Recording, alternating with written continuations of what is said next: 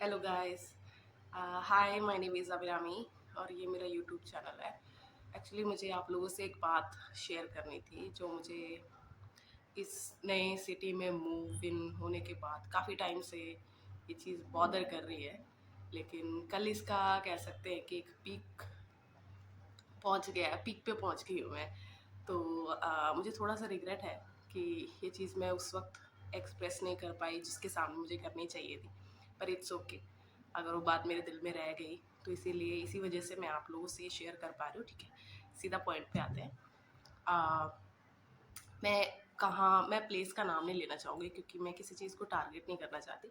मैं सिर्फ उस चीज़ को बताना चाहती हूँ जिस मेंटालिटी से मुझे ये चीज़ डिस्टर्ब करती है। ठीक है, तो एक्चुअली मैं अभी थोड़ा सा ठीक रिकवर हो चुकी हूँ, लेकिन कल तक मुझे बहुत ज़्यादा बुखार, कोल्ड हो गया था।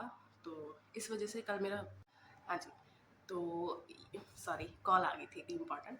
तो अ, मेरा ये चीज़ मानना है, जैसे बहुत लोग कहते हैं अपने पैसे को, रिलेशनशिप को और गोल्स, आइडियाज़ जो भी, मतलब बहुत मैंने काफ़ी जगह रिटर्न भी देखा है और काफ़ी लोग बोलते भी हैं ऐसे कि उन सबको सीक्रेट रखना चाहिए, मतलब अपने लिए रखना चाहिए क्योंकि वो आपके लिए होते हैं और बाकी लोग उसको समझ नहीं सकते।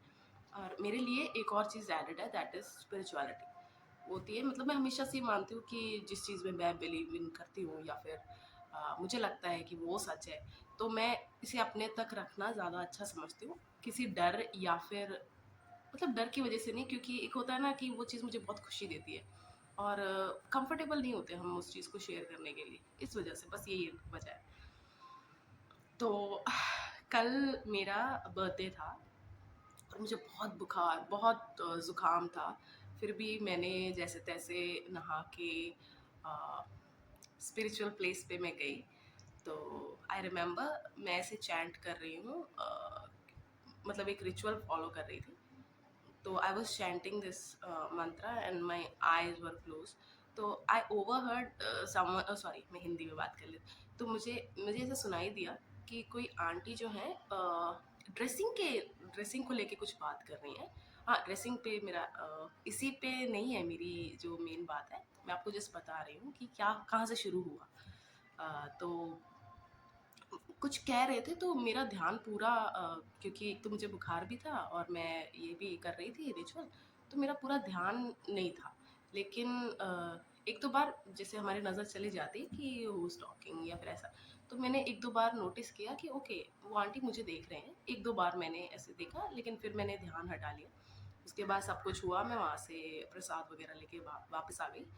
तो बाद में मुझे जैसे होता है ना, हमारी लाइफ में बहुत सारे सिचुएशंस आती हैं जहाँ हमें ये लगता है कि ओ शिट, मुझे यहाँ पर ऐसा नहीं करना चाहिए था, बिहेव ऐसा नहीं करना चाहिए था। काश मैं कुछ सही से ढंग से बोल देती।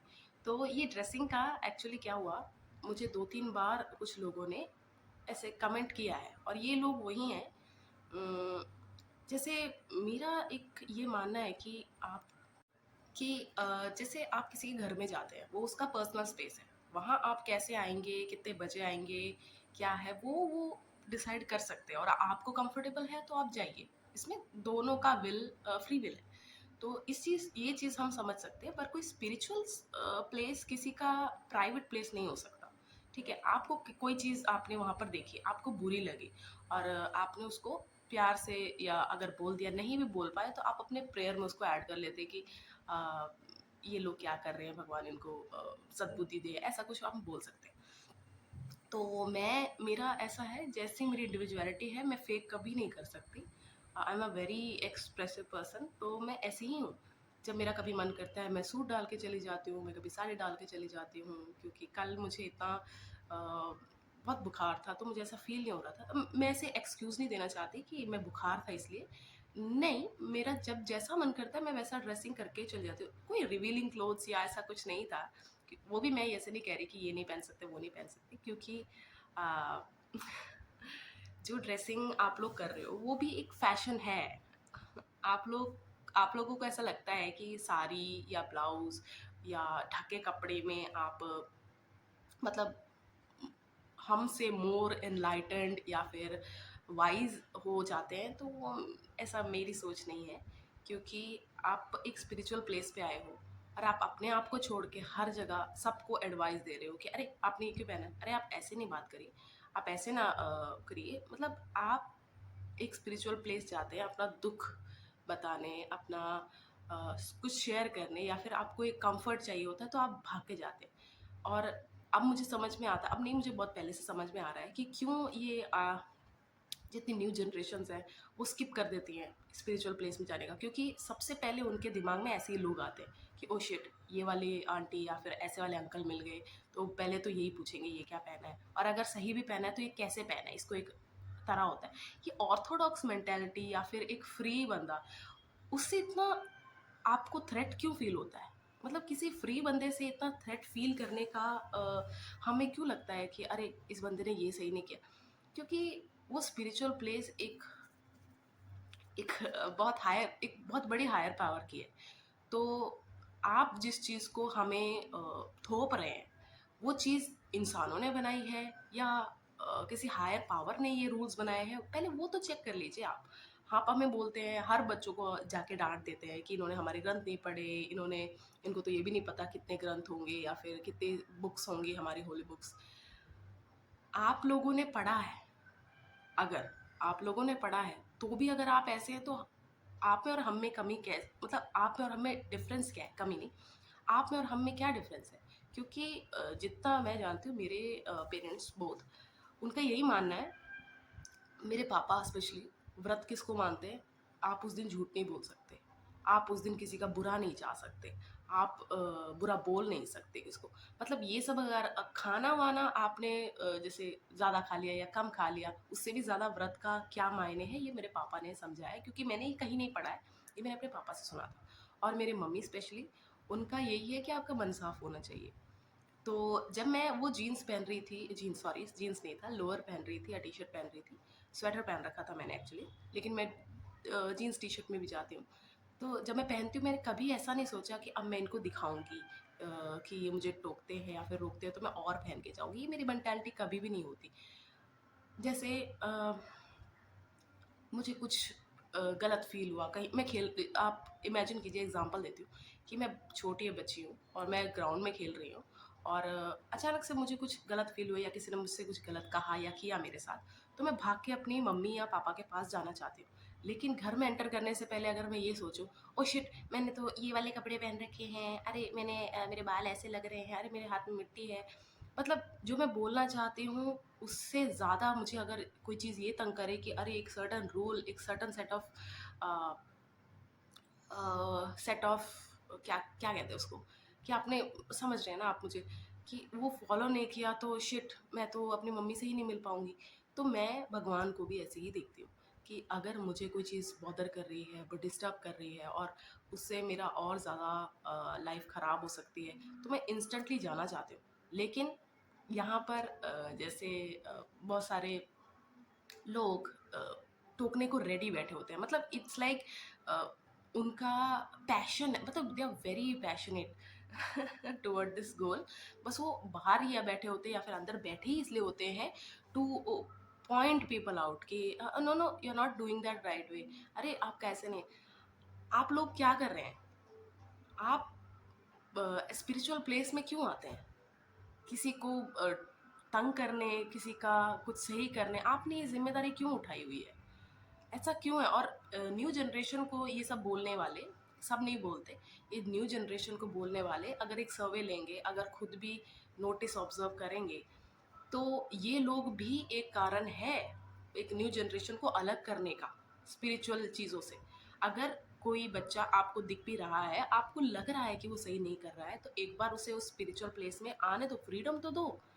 आते-आते मतलब ये एक तरह का हम्बलनेस आ जाती है। जैसे कि किसी के पास नया पैसा आता है तो एकदम से वो बहुत सारी चीज़ें खरीद लेता है, जो विशेस वो पहले पूरी नहीं कर पाया वो कर लेता है, लेकिन धीरे धीरे वो कभी ना कभी तो अकता है ना, और उसके बाद वो बन जाता है जो बहुत लोग चाहते हैं कि वो हम्बल हो जाए लाइफ में, वो हो ही जाता है।